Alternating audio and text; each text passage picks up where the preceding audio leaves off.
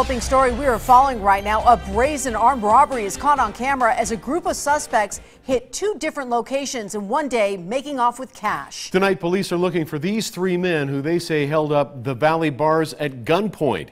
Action News reporter Brian Callahan spoke with one of the bar owners who was held up. He's live now from Blue Diamond, and Dean Martin with more there. Brian.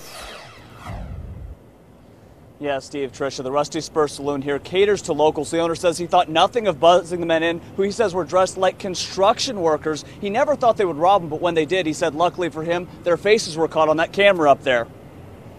The whole incident literally happened 3 minutes. While the crime happened fast, Mike Helper says the suspects were in his bar for 15 minutes, acting like customers for most of that time. Two men are seen on surveillance ringing the bell to get into the Rusty Spur Saloon. Helper let them in and then served them beers. They went in there first and they started gambling. A third man came in shortly after. After about 10 minutes at the machines, Helper says one of the men came out of the bathroom and said the toilet was plugged up. He went to investigate, and that's when the action started. As soon as I did that, the guy pulled out the gun and ran up, made me get on the floor. That's Helper you can see there on the ground as one of the men goes for the cash register and a second tries to pry open the machine under the bar. But then they're spooked by an alarm and take off running with a lot less than they were hoping for.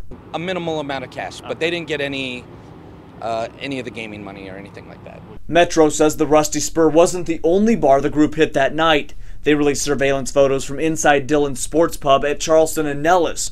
Helper says he's confident evidence the group left behind will lead police right to them. But they left their fingerprints, their DNA on the beers they were drinking. They didn't have a chance to dispose of any of that kind of stuff.